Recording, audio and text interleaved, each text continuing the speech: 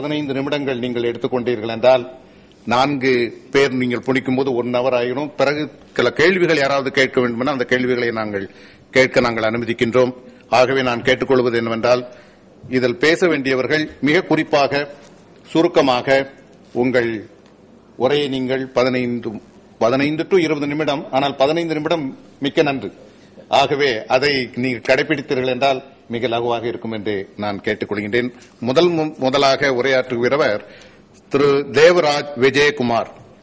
இவர்களை பற்றி நான் கூற வேண்டும் என்றால், இவர் கோவையில் பிறப்பிடமாக உள்ள ஒரு தமிழ் அறிஞர். இவர் நியூயார்க் நகரிலே 20 வருடமாக வாழ்ந்து வருகிறார்.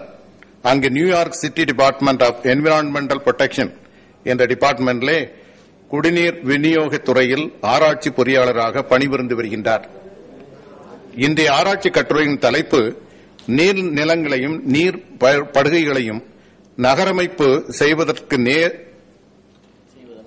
செய்வதனால் ஏற்படும் மறைமுக விளைவுகள். இது ரொம்ப முக்கியமான ஒரு தலைப்பு. ஏனென்றால் வலயமாகுதலும் நகர்ப்புற விரிவாக்கம் இன்றியமையாதது. ஆனால் வேளாண்மை துறையிலே மீது பலவேறு பாதிப்புகள் ஏற்பட்டுக் கொண்டிருக்கின்றன. அதை அவர் எவ்வாறு இந்த விளைவுகள் ஏற்படுகின்றன என்பதை குறிப்பாக விவரமாக இங்கு கூறுவார்.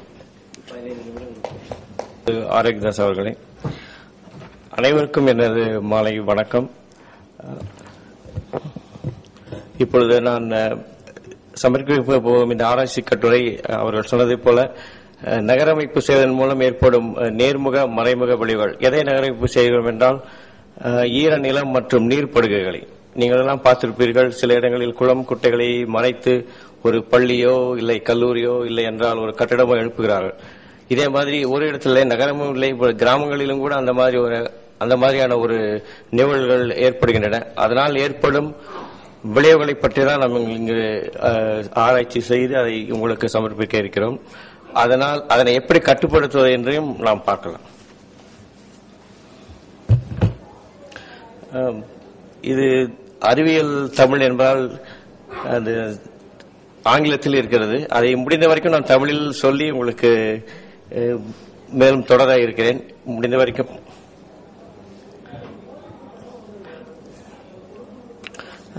வெட்லேண்ட்ஸ், அதாவது ஈரநிலம் என்பது ஒரு collective term of marshes swarms, அதாவது ஆற்றுப்படுகை, சேற்று நிலம், அந்த மாதிரியான எங்கெங்கெல்லாம் நீர்ப்படுகைகள் நீர் சேர்ந்திருக்கிறதோ அதையெல்லாம் நாம் வெட்லேண்ட் என்று சொல்லலாம். இங்கே படங்களில் பார்த்தால் தெரியும், இவைகளெல்லாம் வெட்லேண்ட், அதாவது ஈரநிலங்களின் வகையைச் சேர்ந்தவை.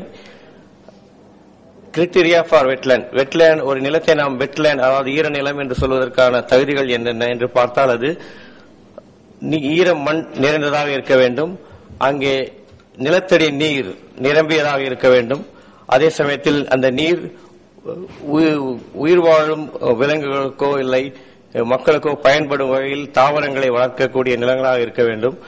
ஆனால் இது விவசாய நிலத்துக்கு இந்த டேர்ம் பொருந்தாது. Wetlands are widely vary because of the regional and local differences in soils. என்று சொன்னால், அது வெட்லேண்ட்ஸ் பிராந்தியத்துக்கு பிராந்தியம், மாநிலத்துக்கு மாநிலம் வேறுபடுகிறது. எதனால் என்றால் அதனுடைய நில அமைப்பு மற்றும் நில தன்மையின் மூலம் அது வேறுபடுகிறது.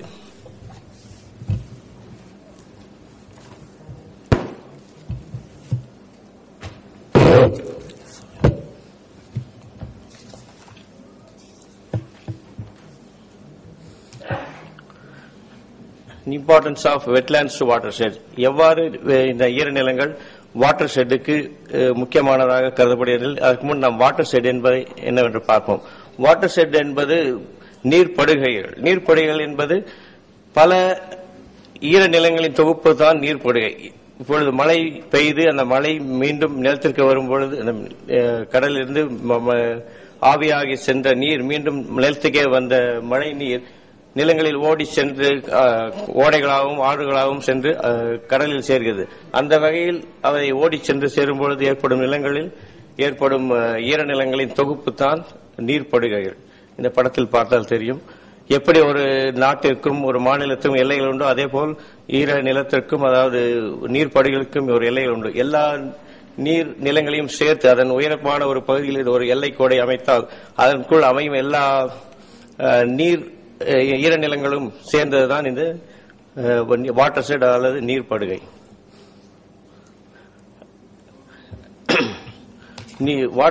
வெட்லாண்ட்ஸ் எவ்வாறு முக்கியத்துவம் பெறுகிறது என்றால் அது many functions and services within local watersheds that are important to benefits to people and the environment.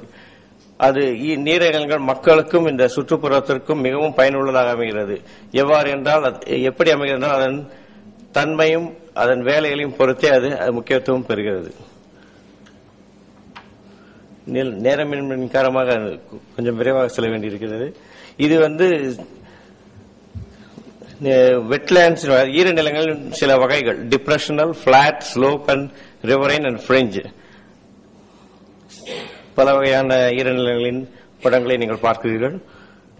And ஒவ்வொரு வகையான நிலங்களுக்கும் ஒவ்வொரு வகையான வேலையும் அதற்குண்டான வேலையும் அதற்குண்டான மதிப்பும் இருக்கிறது. இப்பொழுது டிப்ரெஷனல் வெட்லாண்டை பார்த்தீர்கள் அது உணவு சேமிப்பதற்கும் அங்குள்ள உயிர்வாழ் இனங்களுக்கும் அது உதவியாக இருக்கிறது. அதே சமயத்தில் மாசு கட்டுப்பாடும் செய்கிறது. நீர் ஓடி வரும்போது அதில் உள்ள மாசுக்களை அதை வடிகட்டி நமக்கு நல்ல குடியிருக்க நீரை கொடுக்கும் ஆதாரமாக அது அமைகிறது. ஸ்லோப் அதாவது சரிவான ஈரநிலங்கள் அதை விலங்குகள் வாழ்வதற்கும் தாவரங்கள் வளர்வதற்கும் ஏற்ற நிலமாகவும் மாசு கட்டுப்பாடுக்கு உதவியாகவும் எரோஷன் கண்ட்ரோல் அதாவது கடல் சார்ந்த இடங்களில் அரிப்பை தடுக்கவும் அது பயன்படுகிறது. பிளாட் அதே மாதிரி habitat, pollution treatment, flood storage and limited recreational. Flood storage சில இடங்களில் நாம் நீர் தேக்கத்திற்கும் அது உதவியாக இருக்கிறது. Riverine and fringe almost same functions. Importance of wetlands to watershed. Wetlands help regulate water levels within watersheds. நம் மழை நீர் ஈரநிலத்தில் பாய்ந்து ஓடி வரும்பொழுது அந்த நீர் முழுமையாக நிலத்திற்குள் உறிஞ்சப்பட்டு அது நிலத்தடி நீரை பெருக்குவதற்கு ஆதாரமாக இருக்க வேண்டும். அந்த இடத்தில் நாம் ஏதாவது ஒரு கான்கிரீட் போல செய்து அதை மூடிவிட்டால் அந்த இடத்தில் நீர் உறிஞ்சப்பட தகுதியாக இருக்காது. அது உள்ளூருக்குள் சென்று நிலங்களையும் நீரையும் எங்கு சென்றது என்று தெரியாமல் எல்லா இடத்திலும் தேங்கி நிற்கும் தன்மை. அதுதான் regulate water levels. Improve water quality. இந்த நீர் நிலத்தின் மீது ஓடி வரும்போது அதில் இருக்கும் மாசுக்கள் எல்லாம் உறிஞ்சப்பட்டு அதில் இருக்கும் சில சத்துக்களை எல்லாம் எடுத்துக்கொண்டு நீர் பாதுகாக்கப்பட்ட குடிநீராக ஓடைகளிலும் ஆறுகளிலும் சென்று பாய்ந்து வரும். And reduce the flood storm damages. அது ஓடி வரும்போது அதற்கு உண்டான இடங்கள் நீர் நிலம் இல்லாவிட்டால் அது ஊருக்குள் சென்று வெள்ளமாக பெருக்கிவிடும். ப்ரொடெக்டிங் த ஷோர் லைன்ஸ் அதாவது கடற்கரையில் இருக்கும் நீர் கடலுக்கும் நிலத்திற்கும் இடையே உள்ள இடம்தான் வெட்லேண்ட்ஸ் ஆர் வாட்டர் ஷெட் எனப்படும். அந்த இடத்தில் இருக்கும் அந்த நீர் எகைன் நீரை உறிஞ்சிக் கொள்வதால் அதனால் ஏற்படும் நன்மைகள் தான் இந்த watershed. Provide important fish and wildlife habitat. மீன்கள் வளர்வதற்கும் இந்த நிலத்தடி மீன்கள் வளர்வதற்கும் இந்த நீர் அல்லது வாட்டர் ஷெட் மிகவும் உதவியாக இருக்கிறது. சில இடங்களில் அது வேட்டையாடுவதற்கும் மீன் பிடிவதற்கும் ஏற்ற நிலவாகவும் அது அமைகிறது. And wetlands are natural wonderlands of great value. இயற்கையாகவே இயற்கை நமக்கு கொடுத்த மிக விலை மதிப்பற்ற நிலங்கள் தான் வெட்லாண்ட்ஸ். வெட்லாண்ட்ஸ் எவ்வாறு அதன் வேலைகளும் அதன் சேவைகளும். முக்கியமான வேலை என்னவென்றால் அதன் மாசுக்களை விலக்குவது, ஃபிளட் அட்டென்யூவேஷன் வெள்ளத்தை தடுப்பது, கிரவுண்ட் வாட்டர் ரீசார்ஜ் நிலத்தடி நீரை செறிவூட்ட செய்வது, ஷோர்லேண்ட் ப்ரொடெக்ஷன் கடற்கரைகளை பாதுகாப்பது, wild life habitat and other services காடுகளில் வாழும் விலங்குகளுக்கு ஏற்ற இடமாக அமைவது. காடுகளில் வாழும் விலங்குகளுக்கு தண்ணீர் வேண்டும், தாவரங்கள்